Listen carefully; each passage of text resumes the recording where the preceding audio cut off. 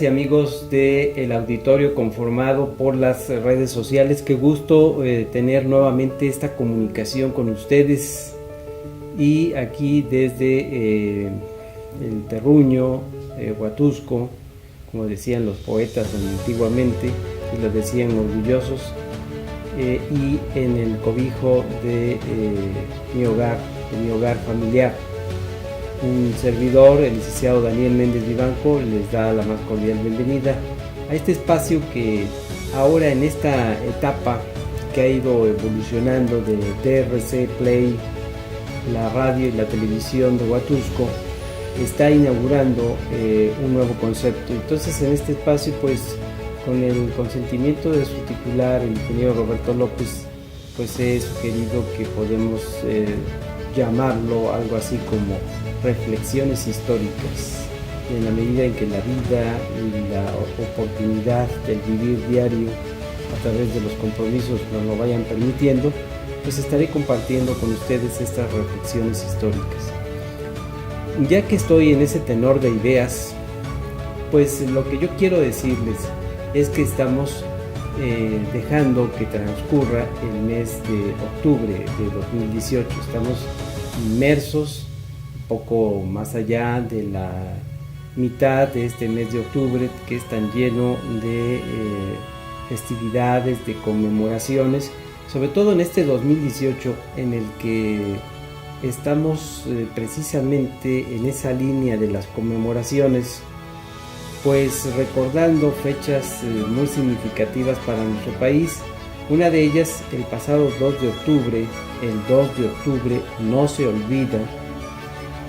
Estamos en el cincuentenario del estallido aquel del movimiento estudiantil de 1968 en la Ciudad de México, previo a que se inauguraran los Juegos Olímpicos de México, del México 68, porque nuestro país fue sede de los Juegos Olímpicos. Y entonces este movimiento estudiantil del 68, pues los especialistas en la materia, historiadores, sociólogos, analistas, han coincidido en que es un parteaguas, porque a partir de esos acontecimientos sangrientos, lamentablemente para la comunidad estudiantil sobre todo,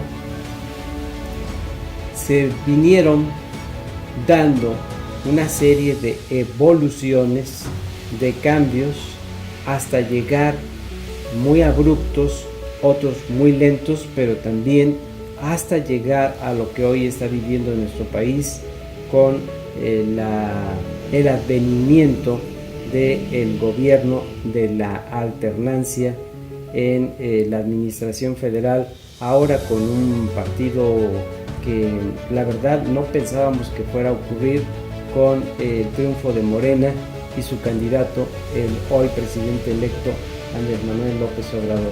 Entonces, en ese tenor de ideas, quiero decirles que cómo es que está ya este movimiento estudiantil del 68.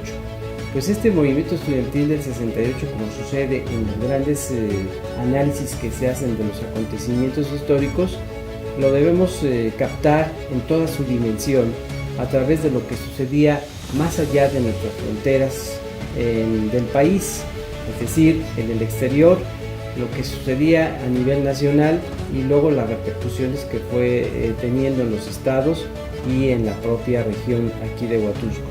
En el exterior, pues es el siglo XX, está avanzando la primera mitad, es un poco ya más del tramo de la primera mitad del siglo XX, y es un siglo XX con grandes acontecimientos. Le preceden al movimiento estudiantil del 68, me atrevería a decir que también a su vez una repercusión de lo que sucedía en el exterior. En el exterior se dieron, sobre todo el público que me esté prestando atención, el público adulto, recordará que se dieron cambios sociales, hubo manifestaciones sociales en países como en Francia. En Francia, en París, su capital, los estudiantes universitarios salieron a las calles a protestar. Así también como sucedió en los Estados Unidos de Norteamérica. A ver, me regreso a Europa. Francia, los movimientos estudiantiles fuertes contra sus gobiernos. Tenemos el caso de China. China también empieza a darse esas manifestaciones, sobre todo porque ya había triunfado la revolución socialista en China con Mao Zedong a la cabeza, ese líder socialista que fue casi como venerado en China. Hay un acontecimiento posterior que se le va a llamar la agresión de los ejércitos chinos hacia las manifestaciones estudiantiles en la plaza de Tiananmen, y también se van a dar manifestaciones al centro de Europa, en lo que es la Europa central, lo que sería Alemania, lo que sería la misma España, y en los Estados Unidos de Norteamérica también hay fuertes manifestaciones estudiantiles. Le preceden a estas manifestaciones estudiantiles magnicidios, grandes magnicidios. Nada menos que estoy pensando en el caso de en 1963, el 22 de noviembre de 1963, muere acribillado por las balas arteras y asesinas de Harvey Oswald, muere el presidente de los Estados Unidos, John F. Kennedy.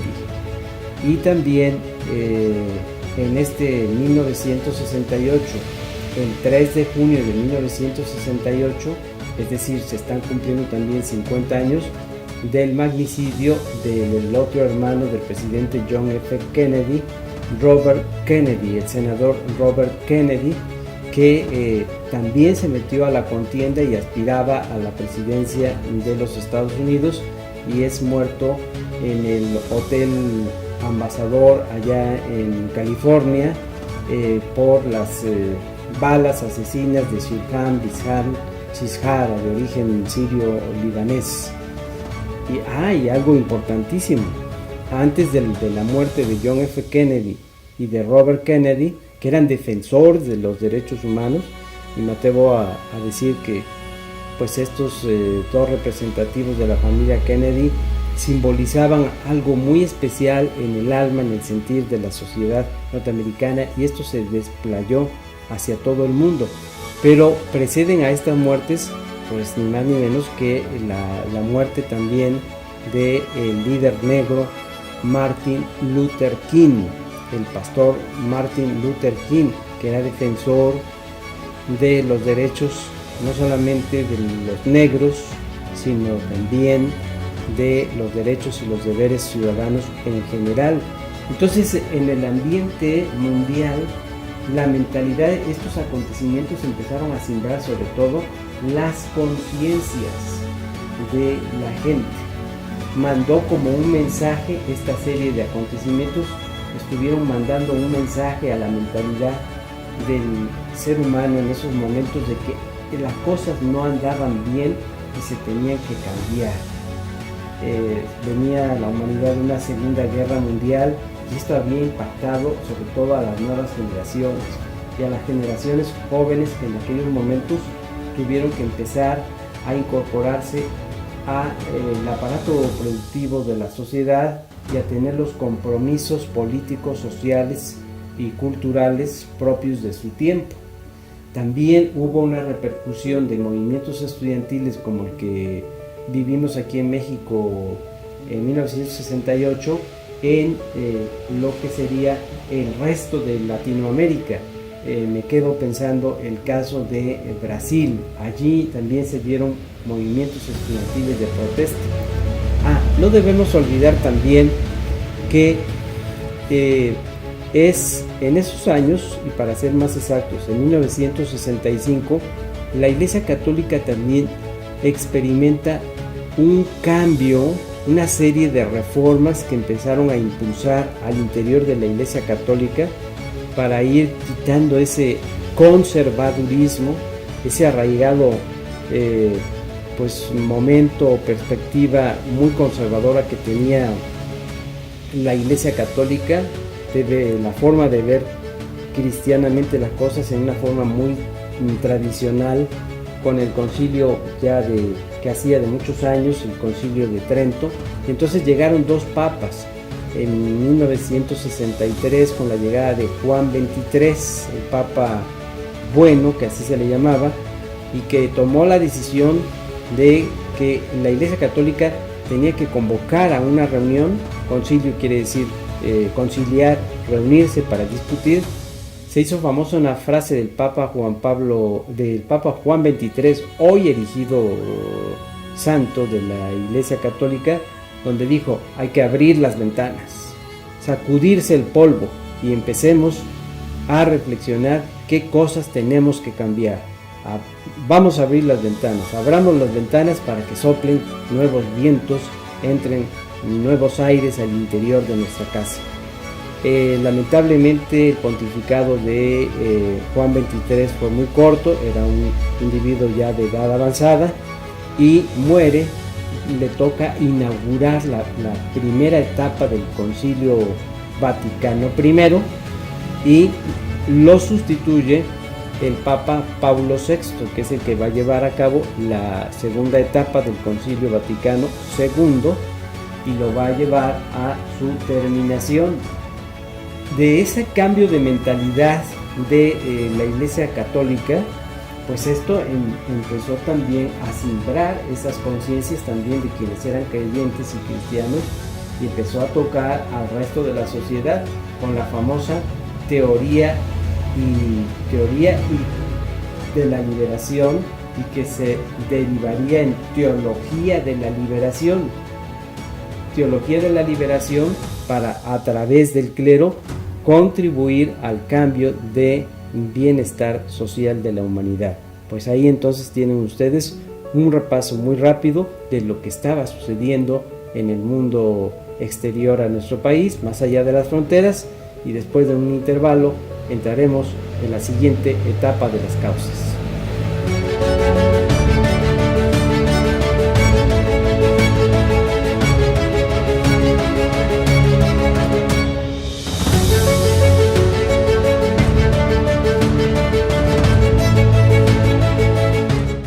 Pues ya estamos de regreso aquí en el programa al que le hemos denominado Reflexiones Históricas, y vamos a entrar ahora a lo que serían las condiciones prevalecientes en el país que influyeron para el estallido del movimiento estudiantil de 1968. Ahí tenemos que decir algo muy importante, porque no lo podemos hacer a un lado, no lo podemos soslayar. La situación de la Revolución Mexicana, el estallido a su vez de la Revolución Mexicana. La Revolución Mexicana hizo un cambio, no cabe duda, de mentalidad en la población, sobre todo cimbró a las clases medias fuertemente, esas clases medias que son las clases pensantes, en razón de que ahí está concentrada la comunidad que se ha metido con el estudio y la formación intelectual. Pero vamos a las precisiones. En el régimen de Adolfo López Mateos se habían hecho ya solicitudes para empezar a meterse a un concurso, en el sentido de que México solicitaba ser sede de los Juegos Olímpicos de 1968, y así se cumplieron. En la parte final del régimen de Adolfo López Mateos surge un conflicto al que se le llama el conflicto médico, el conflicto de los médicos. Los médicos salieron a las calles a protestar.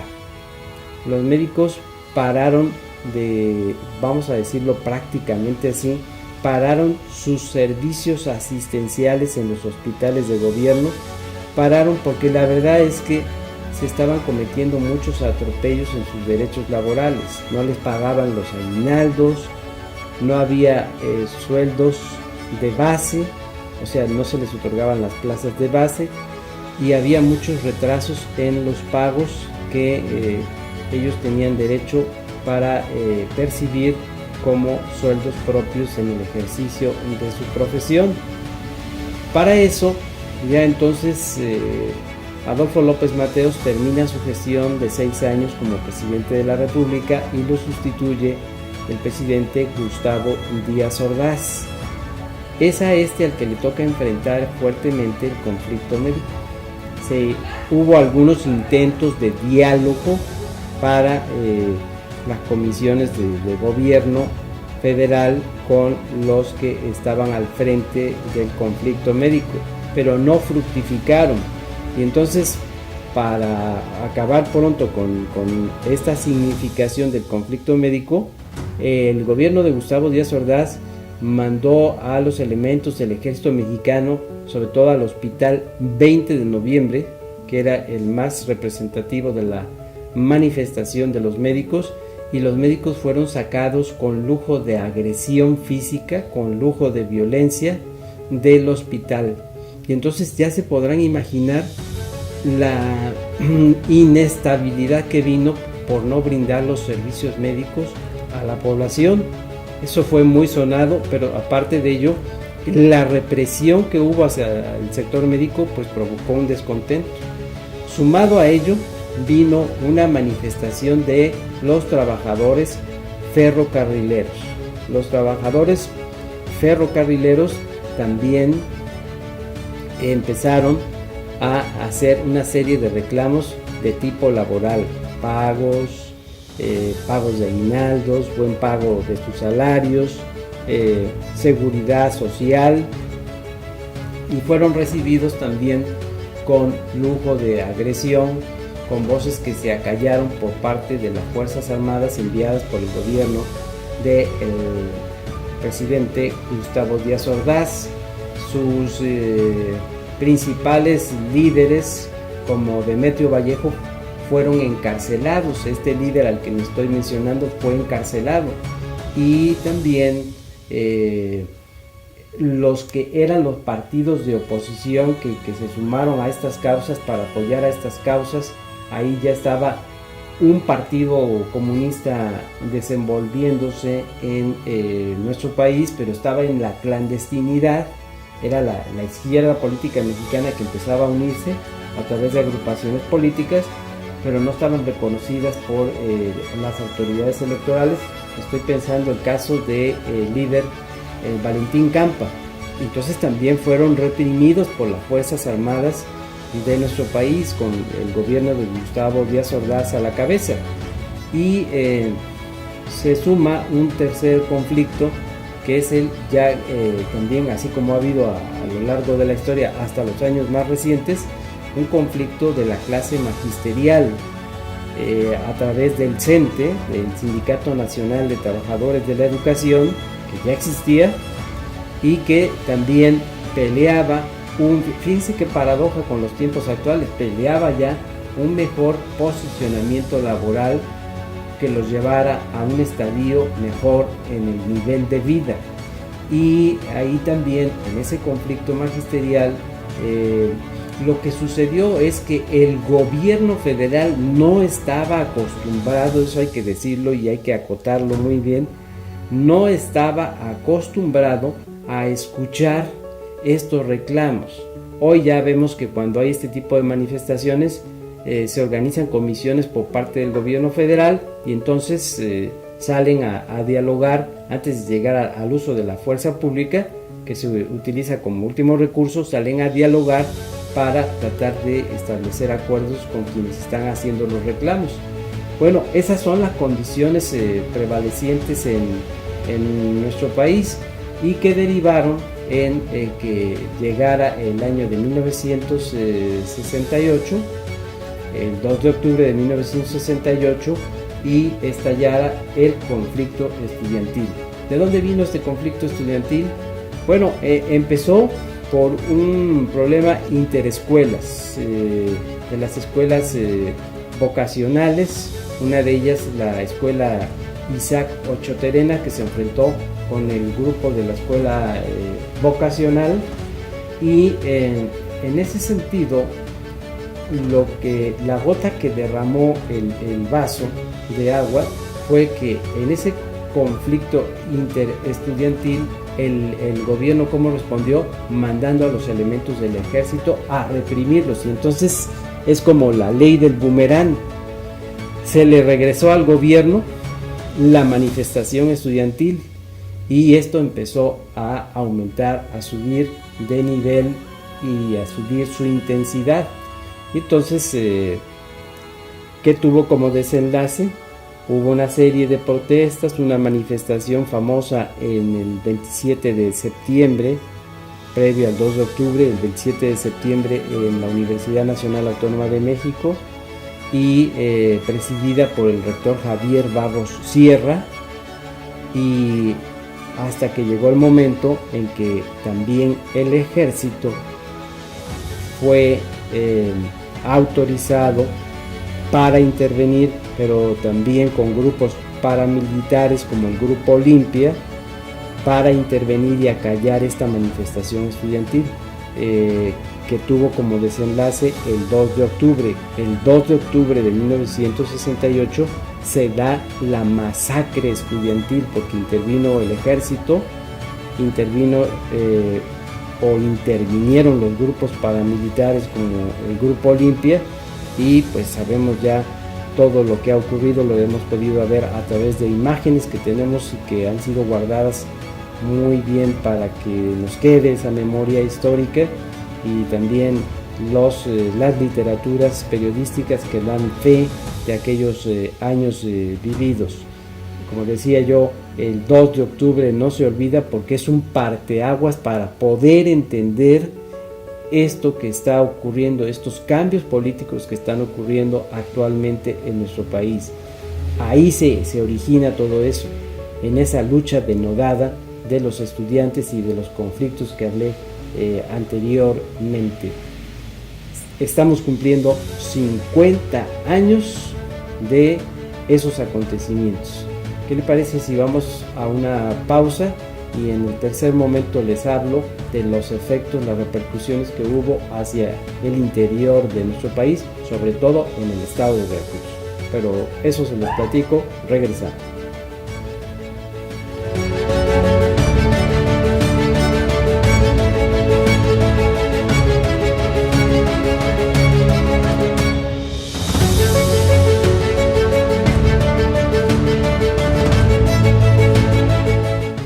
Pues ya estamos de vuelta aquí para entrar a esta tercera etapa y final de nuestras reflexiones históricas que nos han reunido ante las cámaras y micrófonos de ustedes que nos están haciendo la amable atención de observarnos, de escuchar nuestros comentarios. Y decía yo entonces que la repercusión del movimiento estudiantil del 68, a mencionar la honda repercusión, porque si hay que hablar de un estado de la República donde tuvo mayor repercusión el movimiento estudiantil del 68, pues lo fue el estado de Veracruz, y concretamente nuestra ciudad capital, Jalapa. Ahora que se han cumplido los 50 años de esta conmemoración de los hechos sangrientos, muy lamentables de la masacre estudiantil de 1968 en la Ciudad de México, Jalapa tuvo, diría que Jalapa es una especie como de símil. Cuando yo digo la palabra símil me estoy refiriendo a una comparación, algo muy similar. Y Jalapa vivió una intervención militar también con los líderes estudiantiles que estaban en esos momentos repartiéndose los boletines en las aulas de la Universidad Veracruzana, de nuestra máxima casa de estudios. Y también llegó el momento, se repartieron esos boletines que venían desde la Ciudad de México. Había toda una serie de planteamientos que se establecían en el comité de huelga, el Consejo Nacional de Huelga de la UNAM. Y hay que mencionar que los planteamientos del Consejo Nacional de Huelga exigían libertades, exigían apertura democrática, era un cuestionamiento a lo establecido, y también luchaban porque se acabara el autoritarismo.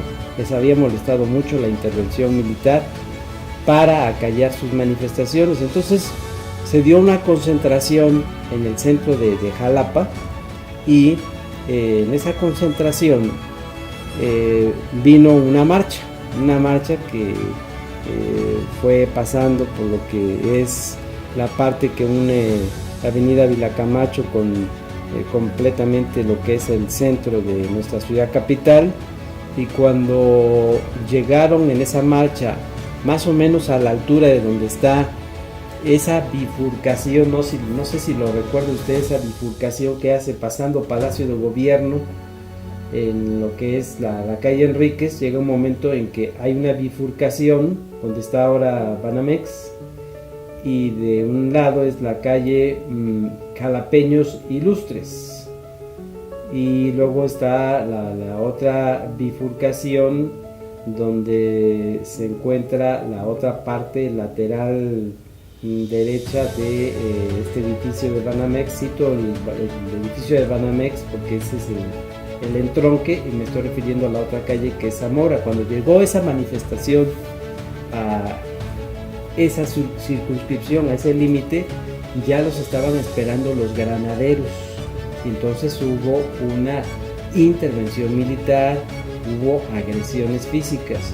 Existe un documento de la periodista, mi gran amiga, la periodista Mayeli Castillo, en donde plasma en ese documental que ha quedado grabado para la televisión en Veracruz, donde plasma las impresiones de nuestros líderes estudiantiles de aquel tiempo. Ahí se puede ver cómo hacen su mención y su impresión, la describen gentes como Rafael Arias Hernández, Ernesto Gerardo Fernández Panes. Ahí habla el rector de la Universidad Veracruzana, que en esos momentos era también líder estudiantil, Roberto Bravo Garzón, que ya falleció. Otro que ya falleció, que es el creador de los periódicos impresos El Mundo de Jalapa, Ernesto Rizzo, y al igual que otros que van desfilando a lo largo de este documental. Entonces, Jalapa, me atrevo a decir que Jalapa es un lugar donde se van a llevar a cabo esos acontecimientos como sucedieron allá en la plaza de Tlatelolco en la Ciudad de México, de manera muy similar. Entonces Jalapa es muy significativa en eso.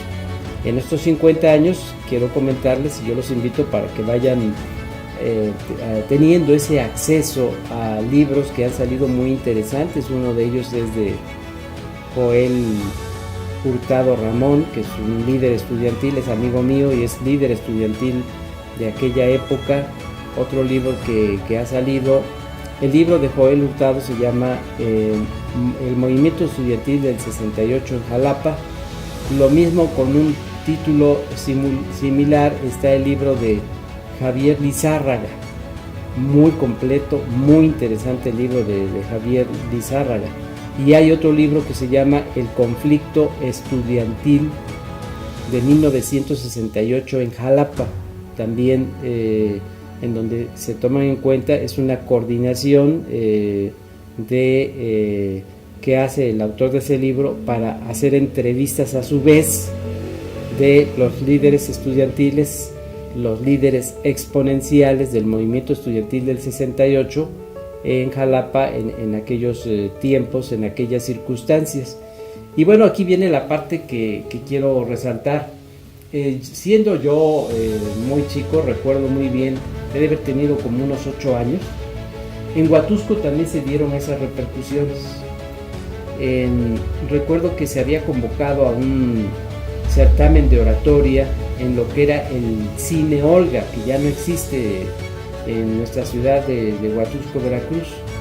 Ahí, para que tengan una idea de la importancia de ese evento, el certamen de oratoria se nombra como sede al Cine Olga, y participan líderes estudiantiles que iban también a su vez a concursar en ese certamen de oratoria. Tenía el certamen de oratoria una característica de ser un concurso regional, y se dejan venir estudiantes de la región de Huatusco, Córdoba, Orizaba, Ciudad Mendoza. Por el lado de Córdoba participaba entonces jovencito estudiante que después sería gobernador del estado de Veracruz. Estoy refiriendo a Dante Delgado Ranauro. Y ahí se dio una competición, una competencia muy fuerte de los oradores. Pues precisamente en estos certámenes de oratoria se encendían los ánimos y sus piezas de oratoria, independientemente de las agresiones físicas que se llegaron a dar, pero sus piezas de oratoria eran muy inspiradas, porque se constituían en verdaderos ecos de las voces cambiantes, de la necesidad de cambiar a este país que ya exclamaban los jóvenes de aquel tiempo. Y eso sucedió en el cine Olga de Huatusco.